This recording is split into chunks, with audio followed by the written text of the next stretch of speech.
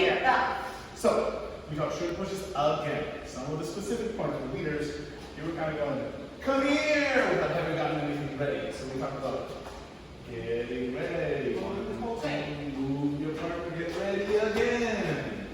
The second triple step is behind me. I move on 4. So we connect up, I connect on 3, move on 4, and I don't crash into my partner on 3. 1, 2, clap. That's a little too rough.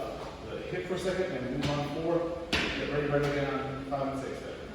Followers, make sure you go straight forward. You don't go to the side. Right and to partner. You show the wrong way? No, everything spills out and lose the energy. And the second thing, try to like twist it a little bit. So you'll end up doing you know, either the tap or you can still triple step, but you are kind of in with your left side. Okay, so we worked on it a whole bunch. That was a lot better. People get some feeling in there. And we talked about this simple idea of like 1, 2, 3. I move my body, that moves the connection, that moves my partner. In that order. Those aren't counts, that's just the order.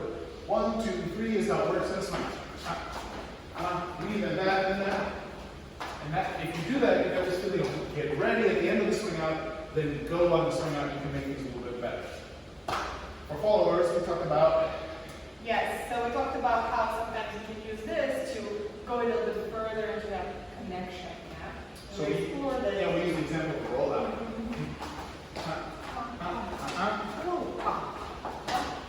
There can be more, there can be less, but there's still a little bit of that like reverberate.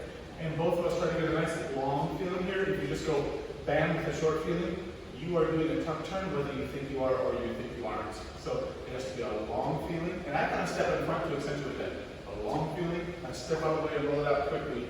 And Val does that nice long wind up, not trying to come out of it automatically. Let's show it one more time.